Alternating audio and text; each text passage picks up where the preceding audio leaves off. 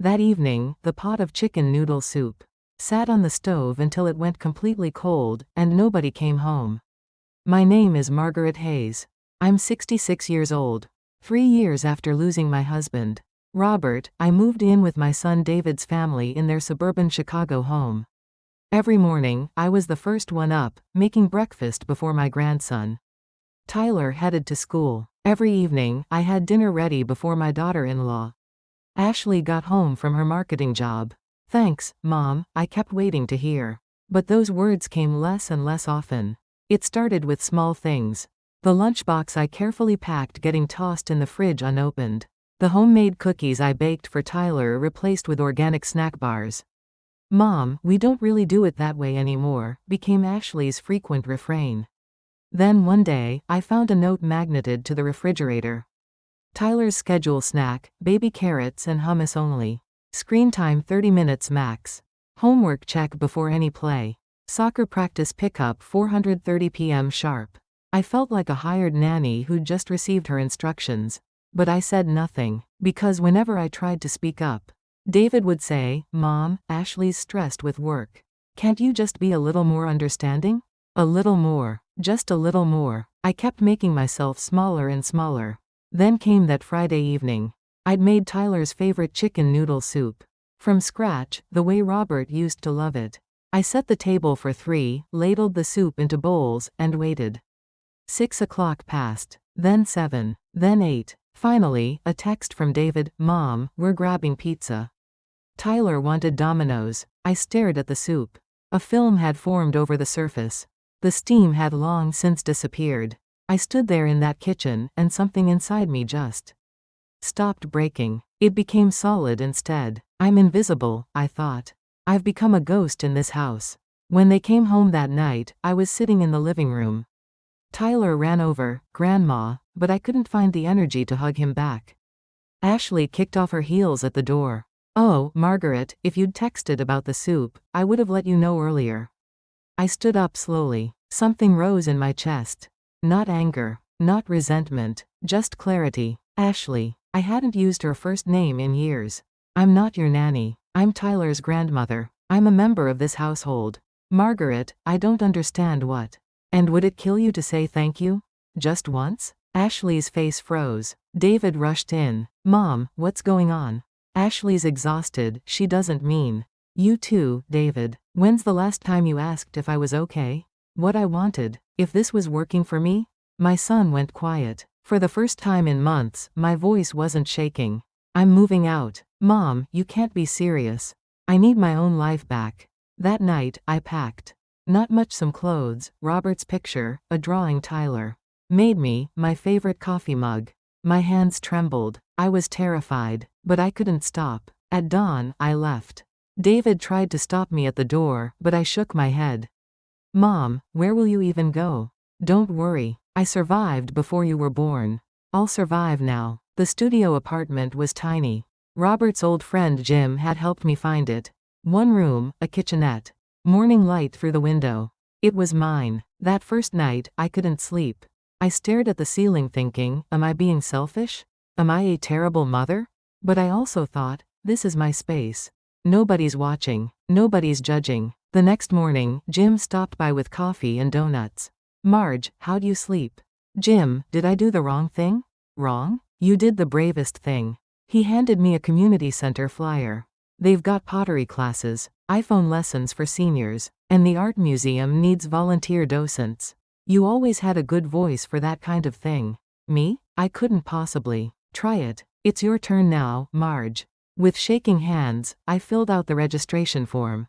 On my first day at the pottery class, my legs felt like jelly. 20 people sat around the room, most of them my age or older. The instructor smiled warmly. "Today we're going to get our hands in the clay and reconnect with ourselves." I sat at the wheel. The cold clay felt strange but somehow comforting. Slowly, a small bowl began to take shape under my fingers. "Wow, Margaret, you're a natural." A compliment. The first one in years. Tears streamed down my face. The woman next to me squeezed my hand. "It's okay, honey. We all cry here." I took the smartphone class too. A patient young teacher showed me step by step. "See? Now you can take a photo. I snapped a picture of the sky outside. Seeing it saved to my phone felt like magic. Can I send this to my son? Absolutely. I texted David the photo with a short message, I'm doing fine. Don't worry about me. A month later, I did my first docent shift at the art museum. I stood in front of the American Impressionism gallery. 5 visitors gathered around me. Good afternoon, I'm Margaret Hayes, and I'll be your guide today. My voice echoed through the gallery. I was nervous, but I kept going. This painting is by Mary Cassatt, and if you look closely at the brushwork, you can see how she captures the tenderness between mother and child. A young woman's eyes lit up. How did she get those colors to glow like that? It's all about layering and light. It's kind of miraculous when you think about it. In that moment, I realized I was sharing something meaningful. I mattered. I had value. After my tour, an elderly gentleman approached. That was wonderful. You really brought those paintings to life. Thank you. Thank you. Those words can save a person's day. I finally understood that. 2 months in, David called. Mom, please, can we meet? I need to talk to you. We met at a coffee shop. David looked worn down. Ashley was with him. David spoke first. Mom, I'm sorry. We took you for granted. Everything you did, we just expected it. Like it was automatic. Ashley's eyes were red. Margaret, I'm so sorry. I was so focused on doing things my way. I never stopped to think about your feelings. I hurt you. Then David did something I never expected. He got down on his knees. Right there in the coffee shop. People stared, but he didn't get up. Mom, please come home. I touched his hair gently.